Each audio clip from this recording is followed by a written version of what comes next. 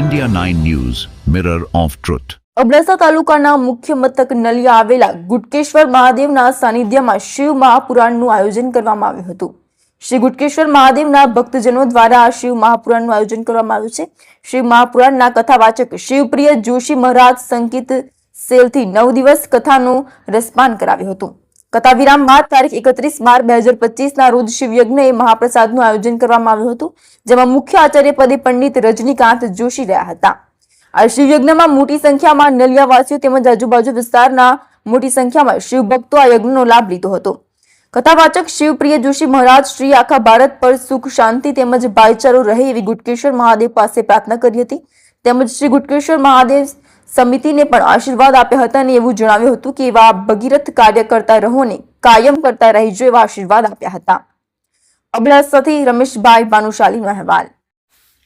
સૌથી પહેલા તો જે ન્યૂઝ મીડિયા ચેનલ એના રિપોર્ટર રમેશભાઈ જે અહીંયા સતત નલિયા વિસ્તારની અંદર શિવ મહાપુરાણની કથા ગુટકેશ્વર મહાદેવ સાનિધ્ય પચરંગી ઓગળ મહેશગીરી બાપુ ગોસ્વામી પરિવાર અને આ એવરેસ્ટ કોલોનીના સાનિધ્યમાં તમામ ગુટકેશ્વરના શિવ ભક્તો દ્વારા જે કથાનું ગાયન થઈ રહ્યું છે અને એમાં મારા રમેશભાઈ જે મીડિયા પત્રકાર જે અવારનવાર નિત્ય સુંદર શિવ મહાપુરાણની કથામાં આવી અને રિપોર્ટ કરી અને સર્વ પ્રજા અને શિવ ભક્તો સુધી આ સુંદર શિવ મહાપુરાણની કથાની નોંધ પહોંચાડવાનો પ્રયાસ કર્યો છે। એ બદલ પહેલાં તો મીડિયા ચેનલનો હું આભારી છું।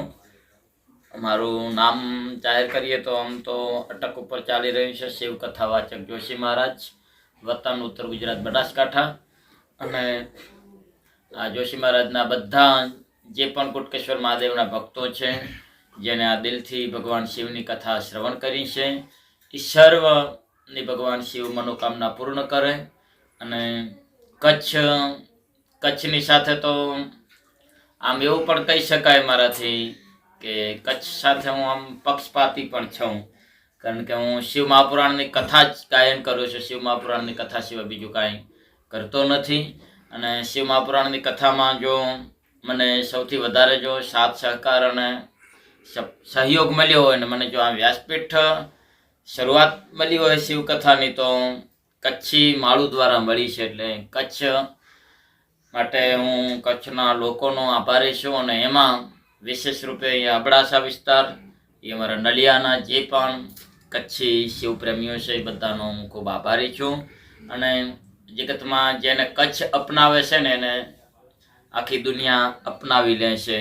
અને ઘણાએ કીધું છે, સુપરસ્ટાર અમિતાભ બચ્ચને પણ કીધું છે કે મનુષ્ય આ જગતની અંદર કચ્છ નથી દેખાતો કે કુછ નથી દેખા, બાકી કચ્છ જેને જોયું છે એને બધું જોઈ લીધું છે। કચ્છ જેને વેગ આપે છે એને કોઈ પણ ક્ષેત્રની અંદર એનો વેગ ક્યારેય એની ગતિ રૂંધાતી નથી। એવી આ કાશ્યપ ઋષિની ધરા જ્યાં નારાયણ સરોવર કોટેશ્વર આવેલું છે અને જે નલિયા વિસ્તાર એટલે તો ગુજરાતનું કાશ્મીર પણ કહેવાય।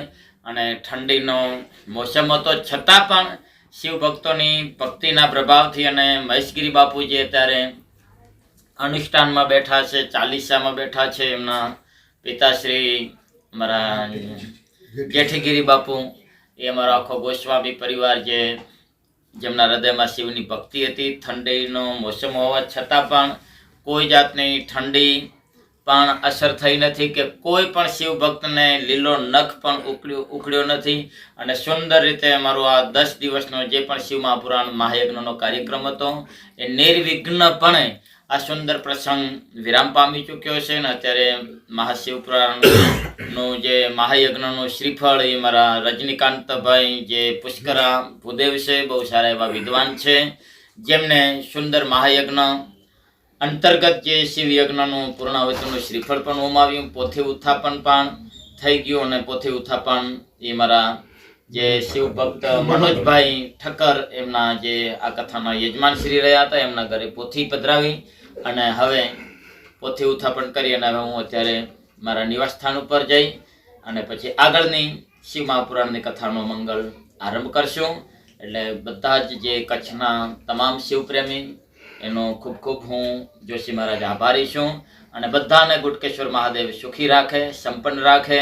અને નલિયા ગ્રામના તમામ શિવ ભક્તોની ઉત્તરોત્તર ભગવાન ગુટકેશ્વર મહાદેવ, કલ્યાણેશ્વર મહાદેવ, જંગલેશ્વર મહાદેવ અને કાશી વિશ્વનાથ મહાદેવ ઉત્તરોત્તર પ્રગતિ કરે એવી હૃદયથી, દિલથી એક આ શિવપ્રેમી બ્રાહ્મણના નાભીથી સર્વને આશીર્વાદ સાથે ઓમ નમઃ શિવાય. મહાદેવ હર, જય ભોલેનાથ.